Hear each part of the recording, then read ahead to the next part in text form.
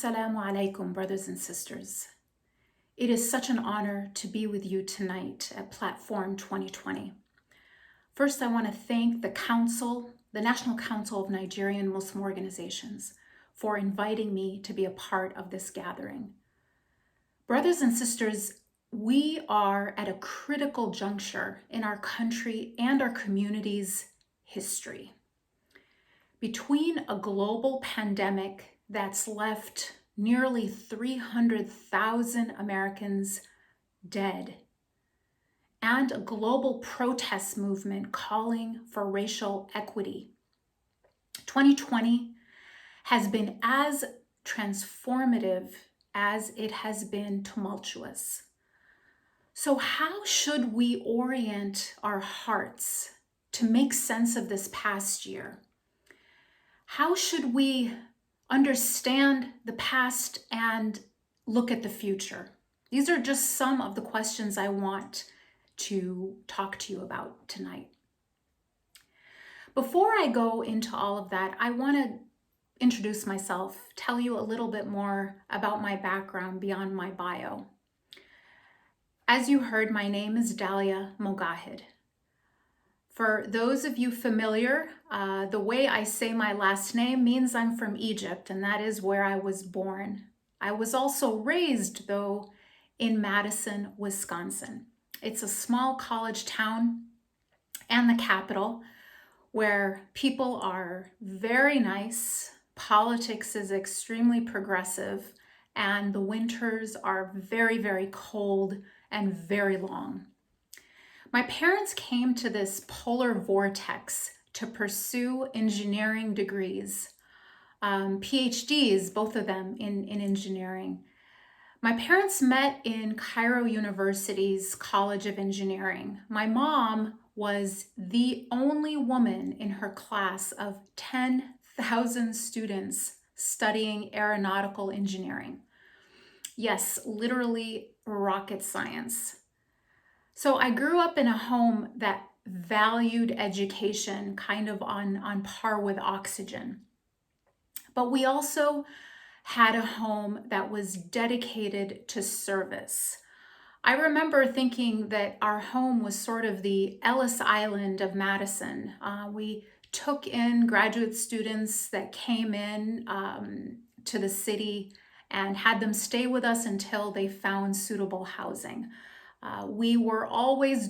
My parents were always cooking dinner for someone who was sick or driving someone to the airport. It was just who they were, and it was how our family functioned, always in a state, always in service to others. And this is what I saw growing up. Education and service were the two guiding values of our home. We were also taught to work very hard, especially in education. So when we came home with a test where we only got a 98%, the question was, what happened to the other 2 points? So those of you with immigrant parents probably can understand this and commiserate. But the thing that we weren't always encouraged to do was stand out or lead. We were maybe even implicitly told to kind of encourage to avoid leadership, to just sort of keep our head down in our books and work hard and get good grades. And so leadership wasn't something I gravitated to. It wasn't something that was encouraged in my home and not really something that I saw myself doing. I was a shy kid. I was, as I still am, introverted and kind of just kept to myself and my books. Until one day, something happened that forced me to change all of that. I remember this Monday morning in 10th grade like it was yesterday. I was sitting in homeroom, half listening as the intercom started with the morning announcements. Usually they were a laundry list of meetings or Spirit Week themes, sports teams that were playing that week. But this time it was different.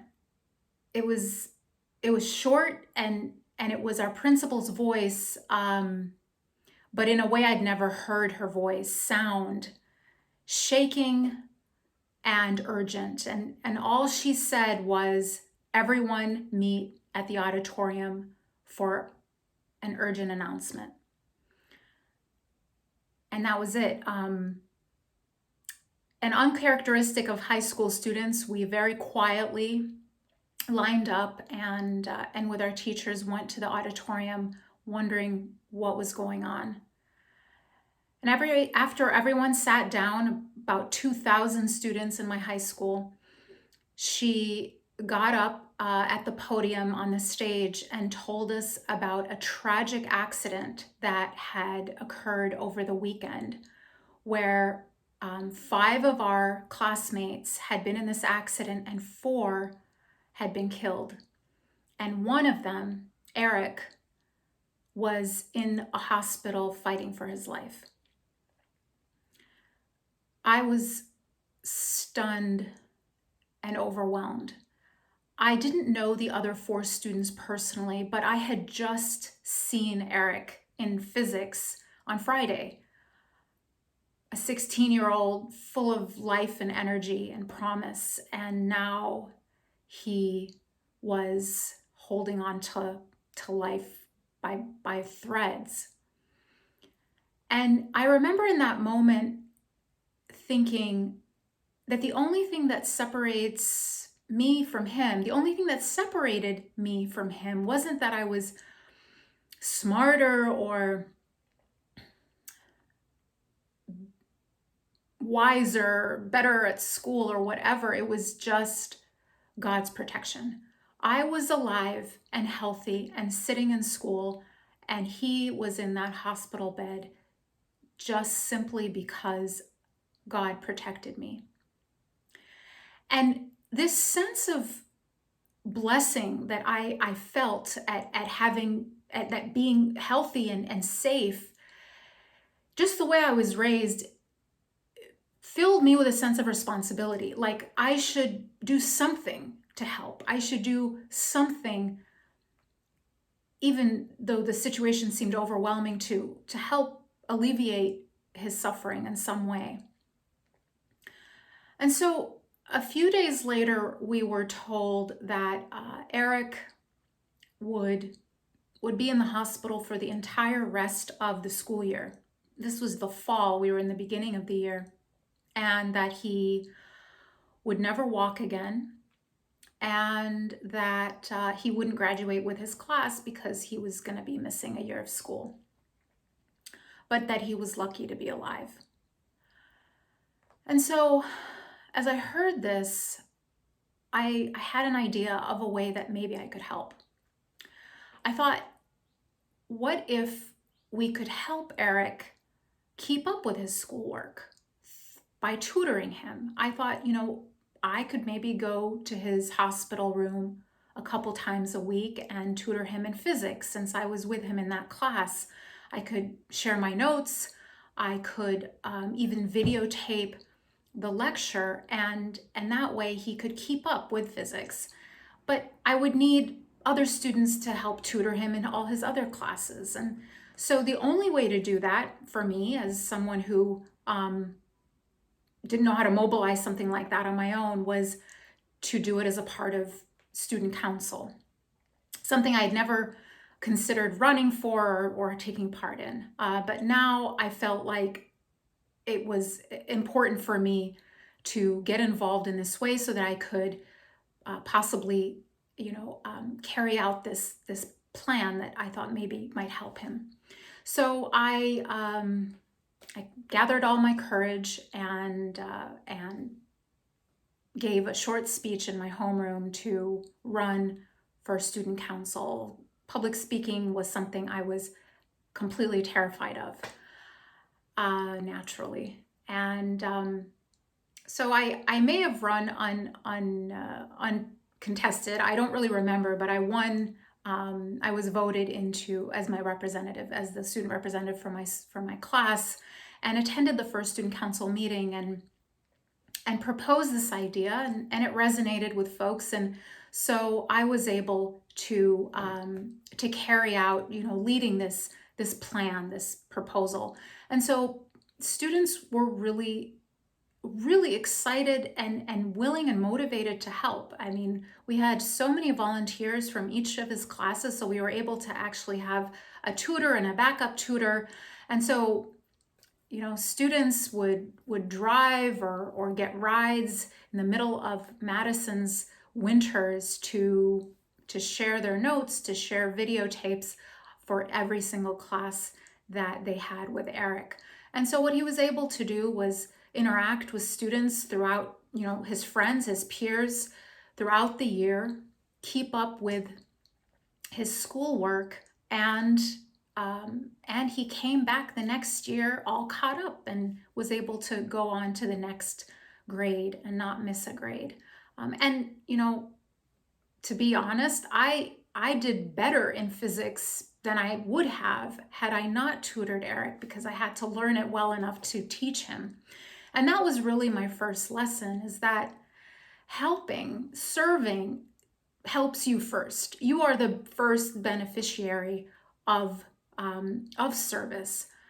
But it also showed me the power of reorientation, of reorienting one's heart and mind from simply feeling overwhelmed to asking, how can I serve? How can I bring people together? And this lesson has animated my work ever since then. It was really a turning point for me in my life. How about you? Have you ever had a turning point like that? Have you ever had a moment, an event in your life that required you to reorient, you to look at things differently than you had been? Today, I have really one of the best jobs I can imagine, because I get to study the contributions and challenges of the American Muslim community. And what I learn from these, research reports that we produce every single year is that American Muslims are a source of compassion and service to their community and to their country. From feeding the hungry, clothing the poor, providing health care to the uninsured, free of charge, American Muslims give and contribute disproportionately to their numbers. And this isn't just rhetoric, this is research. For example, in Michigan, where American Muslims are only 2.7% of the population, they make up 15% of the medical professional staff, the frontline workers caring for COVID patients. They also create 100,000 jobs in Michigan alone. Now, for perspective, this is more than the number of jobs created by the Chrysler Company, one of these great American companies that taxpayers spent billions of dollars bailing out because of its importance as a job creator. Well, American Muslims create even more jobs than Chrysler, but never got a bailout. America would lose so much if they lost their Muslim population. And this is an emphasis and a point in response to the idea of banning Muslims, the Muslim ban and the African ban that came after it. The first losers, the first to be hurt by something like a Muslim or an African ban is America itself. And so how should we think about our current moment? How should we understand this juncture in our history? I often think of the fact that the Prophet ﷺ is described in the Quran as a rahmah, a source of compassion to all the worlds. right? We did not, Allah says, what means we did not send you except as a source of compassion to all the worlds. And this spirit of compassion is embodied in so many ordinary people that I meet all over the country, especially in response to the suffering of this pandemic. Just a few examples that we documented as we researched the contributions of American Muslims in response to COVID. One story that I thought was especially profound and impactful was that of a physician support line started by a Muslim psychiatrist in Pennsylvania, where she explains that physicians are asked to have all the answers. They're supposed to be the strong ones, yet who's caring for them? Who's caring for their mental health? So what she did is she set up a mental health hotline specifically for frontline healthcare workers, regardless of background, race, creed, faith. Anyone could make use of this free hotline to get professional therapy anytime they needed it. So she set up this hotline with volunteer therapists that were there to care for the mental health of our healthcare workers. That's just one example. Another example is really the story of one of my own coworkers whose mother put her amazing sewing skills to use when there was a shortage of personal protective equipment. She sewed thousands of masks and donated them to hospitals around the DMV, what we call the DC, Maryland, and Virginia area. And we uncovered similar efforts around the country. In fact, more than 14 different projects around the country were just sewing masks and donating them. Another example was of really innovation. One of our founding board members did, with a group of other dermatologists, did something really interesting. At the time when masks that were supposed to be used only once were in short supply, they came up with a way to reuse those masks by purifying them and by sanitizing them using UV light. It was this innovative, revolutionary method to be able to use these masks and recycle them when before they had to be thrown away. And these are just, three very, just kind of scratching the surface of all that was done during and continues to be done in terms of people serving as a light of hope during this time of so much difficulty. We know also of folks who distributed food, offered educational support, and just donated funds to families in need, and so much more to alleviate the suffering caused by this global pandemic.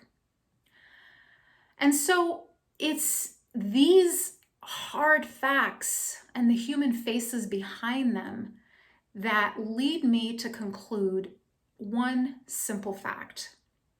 America is a kinder country, a safer country, and a more prosperous one because Muslims call it home. Never, ever ask if you are welcomed in this country, because no one waits for a welcome in their own home.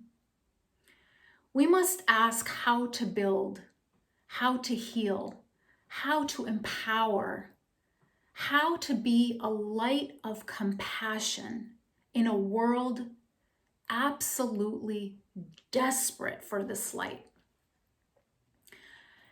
We have to show the world who we are rather than having to continue to tell them what we're not. We have to heal others rather than being expected to apologize. We have to glorify our Creator by serving His creation. From healthcare to legal services, family wellness to mental health, from tutoring to alleviating hunger, our community offers not just vital services, but hope, a second chance, support for the most vulnerable among us. And our nation needs this because we are not seeing just a COVID pandemic, but an epidemic of what is termed diseases of despair. These are things like drug overdoses, suicide, and addiction. Our nation is suffering from a deficit in hope, and it is absolutely lethal. We all need a reorientation. I am a humble and amateur student of the Quran. I love learning what the Quran is teaching us and the gems and the jewels that are in its verses. One verse that I was studying recently, I want to share with you, is from Surat al-Insan, the chapter of the human being. Allah says, إِنَّا خَلَقْنَا الْإِنسَانَ مِن نُطْفَةٍ أَمْشَاجٍ نَبْتَلِيهِ فَجَعَلْنَاهُ سَمِيعًا بَصِيرًا. Indeed, we have created the human being from a drop of mixed fluid in order to test him. So we made him one who hears and sees. There is so much to unpack in this verse, but the word I want to really zero in on with you is the Arabic word nabtalihi. Nabtalihi is from the root bab lam waw, balaw, and it's usually translated as to test with good or evil, and that's the most common understanding. But when you actually study the root, it has two other meanings, two other shades of meanings that are often not discussed. One is it also means to reveal. And the third meaning is to confer with favor or to give gifts. So balaw or bala has the meaning of to test, to reveal, and to give gifts. And so these three amazing shades of meaning, when you think about them in light of this verse, it means that Allah has created us not only to test us, but in so doing, in testing us, we are being revealed. Our character and our virtues is allowed to manifest. And in that process, we are given gifts. A test is a revelation of who we are, and in some ways, it is also a gift. And so, when you think about this, in light of, if you think about, my background, I actually did my undergrad in chemical engineering. I'm Egyptian, so of course I'm going to have engineering somewhere in my background. And what I learned in my major is that when you want to identify a substance, you have to test it. You figure out at what temperature does it melt, at what temperature does it evaporate, at what pressure does it break. And all of these things indicate the type of substance it is. It reveals to you by testing the true essence of the substance is revealed. And in the same way, our tests reveal us.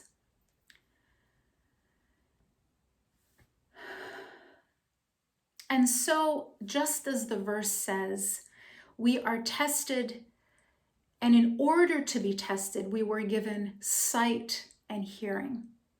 More than just simply our eyes and our ears, this is the ability to perceive, the ability to understand, the power to reorient our hearts toward the divine.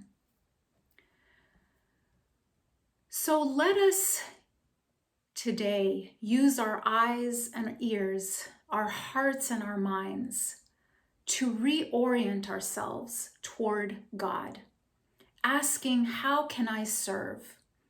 How can this moment of hardship and difficulty reveal my inner beauty to my Creator? How can this test be a favor? Our community has the opportunity to stand as an example for our entire nation, serving humanity, animated by the timeless principles of Islam, which call us to be a light, to be a mercy, to be a source of hope and healing. The might of a nation is not measured by the strength of the most powerful, but how we care for our most marginalized. Compassion is the true meaning of might. We have the opportunity to strengthen not only our families and our community, but our entire country by shining with the light of Rahmah as we are commanded. Thank you.